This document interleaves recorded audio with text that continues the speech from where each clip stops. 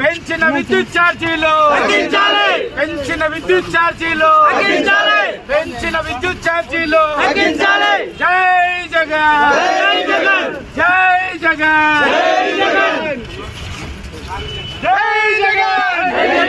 జై జగన్ పెంచిన విద్యుత్ ఛార్జీలు పెంచిన విద్యుత్ ఛార్జీలు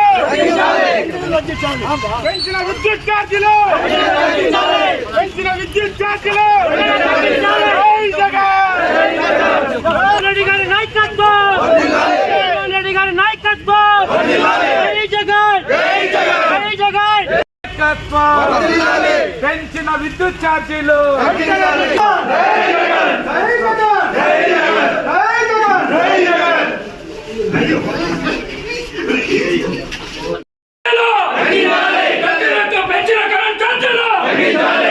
పెంచిన కరెంట్ ఛార్జీలు పెంచిన కరెంట్ ఛార్జీలు జై జగన్ జై జగన్ తగ్గించాలి తగ్గించాలి తగ్గించాలి తగ్గించాలి తగ్గించాలి తగ్గించాలి జై జగన్.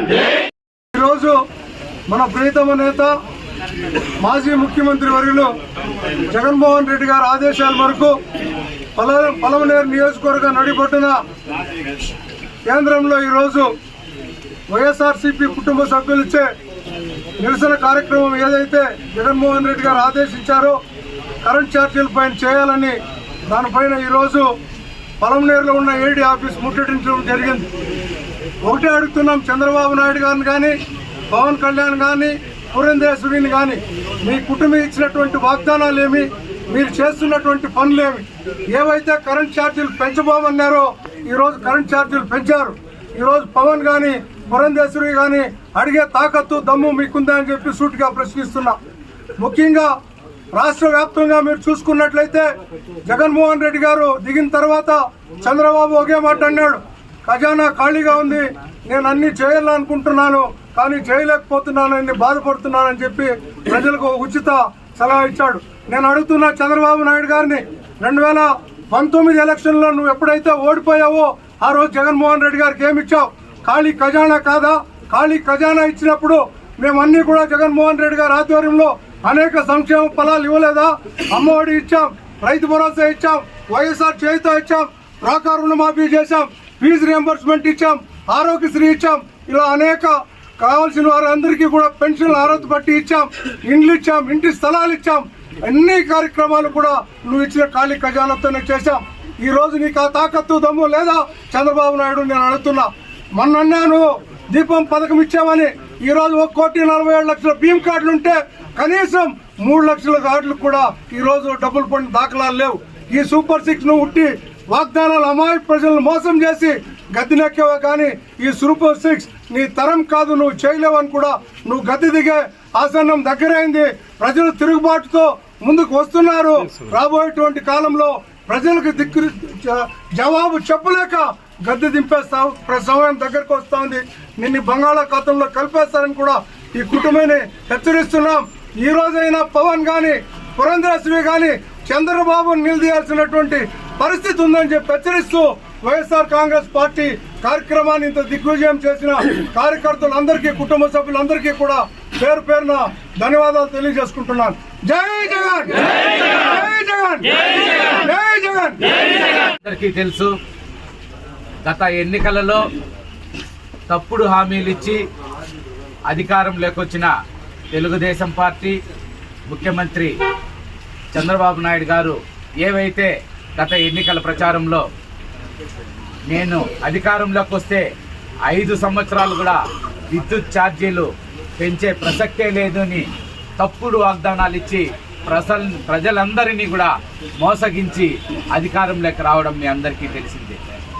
అధికారంలోకి వచ్చిన వెంటనే ఆయన ఇచ్చిన హామీలన్నీ కూడా తుంగలో తొక్కి ఈరోజు పేద మధ్యతరగతి ప్రజలు మోయలేని విధంగా ఎంతో భారంగా విద్యుత్ ఛార్జీలు 1కి 3 పెంచడం జరిగింది.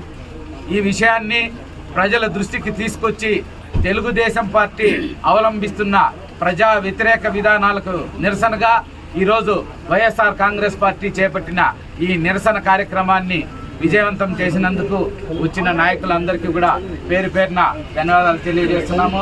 అదేవిధంగా ఏవైతే నువ్వు ఎన్నికల హామీలు ఇచ్చినావో సూపర్ 6 అని వాటి గురించి ఈ రోజులు బడ్జెట్లో మాట్లాడిన దాఖలాలు లేవు. ఈ విధంగా ఎన్నో సంక్షేమ కార్యక్రమాలు నోటికొచ్చిన తప్పుడు హామీలన్నీ కూడా ఇచ్చి ఈరోజు నువ్వు అన్నీ విస్మరించినావు. ప్రజలందరూ కూడా గమనిస్తూ ఉన్నారు. ఈ ప్రజా వ్యతిరేక విధానాలు నశించల్లా తప్పకుండా ప్రజలు వెంట వైఎస్ఆర్ కాంగ్రెస్ పార్టీ నడుస్తుందని తెలియజేసుకుంటూ విరమిస్తున్నాను. జై జగన్. అందరికీ నమస్కారం. పలమనేరు నియోజకవర్గ వైఎస్ఆర్ కాంగ్రెస్ పార్టీ ముఖ్య నాయకులు, శ్రేణులు, సర్పంచులు, ఎంపీటీసీలు, జెడ్పీటీసీలు అందరూ కూడా విచ్చేశారు. అదేవిధంగా జిల్లా పరిషత్ చైర్మన్ వాసన్ గారు విచ్చేశారు. అదేవిధంగా నలుమూల నుంచి రైతులందరూ కూడా విచ్చేశారు. అందరికీ కూడా పేరు పేరున ధన్యవాదాలు తెలియజేసుకుంటూ, ఏదైతే చంద్రబాబు నాయుడు గారు మరియు కూటమి ఈరోజు ఉన్నటువంటి ప్రభుత్వం ఎన్నికల ముందు ఏదైతే వాగ్దానం ఇచ్చారో, విద్యుత్ ఛార్జీలను మేము పెంచబోము, విద్యుత్ని రైతులు కానీ ప్రజలు కానీ మీరే విద్యుత్ సృష్టించి మీరు సంపాదించే విధానాన్ని కూడా నేను మీకు తెచ్చిస్తానని చెప్పినటువంటి గొప్ప మోస నాయకుడు ఎవరైనా ఉన్నారు ఈ రాష్ట్రంలో అంటే అది చంద్రబాబు నాయుడు గారు గుర్తుపెట్టుకోండి. ఎందుకు ఈ మాట చెప్పాల్సి వస్తుందంటే, ఎన్నికల ముందు ఆయన ఇచ్చినటువంటి హామీల్లో ఇది కూడా ఒకటి. ఏదైతే హామీలు ఇచ్చారో దాంట్లో ఈ విద్యుత్ సంబంధించినటువంటి హామీ చూస్తే మనం ఆయన చెప్పింది ఏదో ఒక కార్యక్రమాన్ని కూడా పెట్టారు. అప్పుడు బాధుడని దీన్ని ఏమనాలా ఇప్పుడు నాకు అర్థం కావటం లేదు. ఆ రోజే మీరు బాధుడంటే ఇది గుద్దుడు అన్నట్టుగా ఈరోజు మీరు ఈ రాష్ట్ర ప్రజలను మోసం చేస్తున్నారు.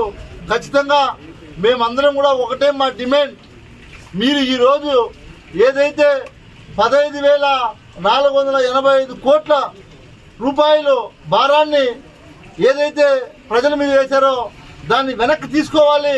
ఉపసంహరించకపోతే మేము తగ్గేదే లేదు, గుర్తుపెట్టుకోండి. ఖచ్చితంగా మళ్ళీ మేము మీకు గుర్తు చేస్తున్నాం.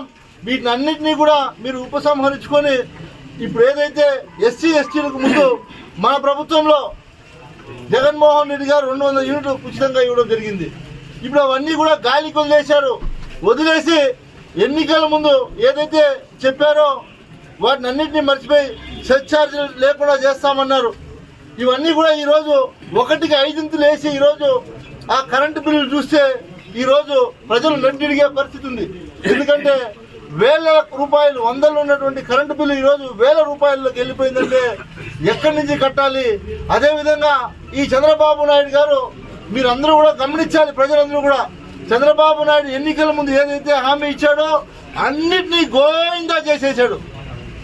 ఎందుకంటే మొన్న మీరు చూశారు, జగన్మోహన్ రెడ్డి గారు రైతు భరోసా ఇస్తుంటే దాన్ని అన్నదాత సుఖీభవ అని పేరు పెట్టి గోయిందా అన్నదాత సుఖీభవ గోయిందా. అలాగా ప్రతి ఒక్క కార్యక్రమం తీసుకుంటే అమ్మ ఒడి ఉండింది. అమ్మ ఒడిని పేరు మార్చి తల్లికి వందనం చేశాడు. ఆ తల్లికి వందనం గోవిందా చేశాడు. కాబట్టి చంద్రబాబు నాయుడు ఇవన్నీ కూడా ప్రజలు గమనిస్తున్నారు. మీరు ఇచ్చినటువంటి హామీలను తొందరగా నెరవేర్చండి, లేకపోతే ప్రజలు తిరుగుబాటు మొదలై గ్రామాల్లో నుంచి రోడ్లలోకి వస్తారు. ఖచ్చితంగా మీ కూటమి ప్రభుత్వాన్ని కూల్చేస్తారని కూడా మేము వైఎస్ఆర్ కాంగ్రెస్ పార్టీ తరఫున హెచ్చరిస్తూ, ప్రతి ఒక్కరికి కూడా ఎవరైతే ఇక్కడికి విచ్చేశారో ముఖ్య నాయకులందరికీ, అదేవిధంగా కృష్ణమూర్తి గారికి, ఎంపీపీలకి, కౌన్సిలర్లకు, చైర్మన్లకు, ముఖ్యంగా మీడియా సోదరులకు అందరికీ కూడా నేను ప్రత్యేకంగా ధన్యవాదాలు తెలియజేస్తా ఉన్నాను.